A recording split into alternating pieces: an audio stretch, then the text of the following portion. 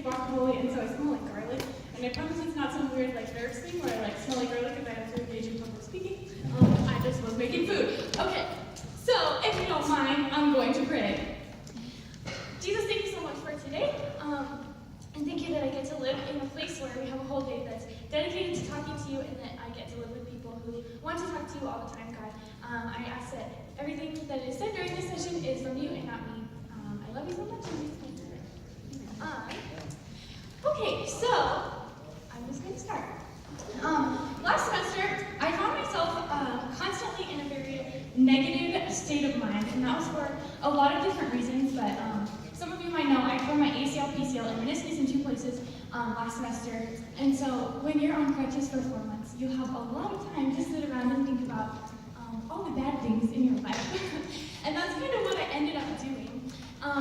And it was really funny because I would only do that in my head, and I would never like voice that, and so people would always come up to me and they'd be like, oh my gosh, you have such a great attitude about this whole situation, and I'd be like, wow, you definitely don't know what's going on inside my head. So yeah, I was just like super good at like finding something bad about every situation, and I kind of like after a while I like realized that I was like in this like constant state of negativity, and just kind of realized that like being ungrateful all the time and like not being thankful for anything kind of like eats you from the inside out, and it like destroys your motivation and your contentment and like almost your will to like live a happy life. And so yeah, so this semester then I started making a list, not of things that I'm not thankful for, but of things that I'm thankful for. And so I'm like actually writing them down, and I'm trying to get to 1,000, but I'm only on like 300 something right now.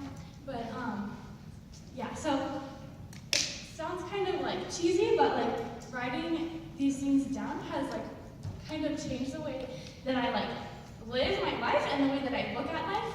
And I don't know, when you're like looking for things to be thankful for constantly, it I don't know, like you see those really obvious things, but then you also see things that you like didn't know that you were thankful for, and that's been like really cool. And I don't know, when I realized like God is not indebted to me in any way, but I'm like so incredibly indebted to Him, then everything becomes a gift. And there are an infinite number of good things in every single day, and so often we go like forever without thanking God for most of those things, and that's like not okay. So that's why I started writing them down. And even on like the crappiest, suckiest days, like you still have something to be thankful for. Like, thanks God that the sky changes colors, and thank you for the dirty dishes in the sink at my house because it means that my family has full tummies and are healthy, and thank you for the ugly scars on my knee because it means that I'm healing. My best friend just moved to California. Thank you for hard goodbyes because it means that I have something that's good enough to be missed, and thank you for crunchy leaves and for squinty smiles and hugs that are too long and too tight, and like, I don't know, I could go on forever. I could read you all 337 things on my list, but I probably won't do that. So yeah, I don't know, just thanking God, when you like acknowledge a gift, that's kind of when you can start to enjoy it, I think. Like, if God gives you a gift and you just kind of complain about it or only find something bad to say about it, then you're not going to enjoy it. And so when you acknowledge those things, that's when you can actually start to like enjoy the gifts that God gives you. And I think that's where like the fullest kind of life comes from, is like being thankful for everything, because everything is a gift.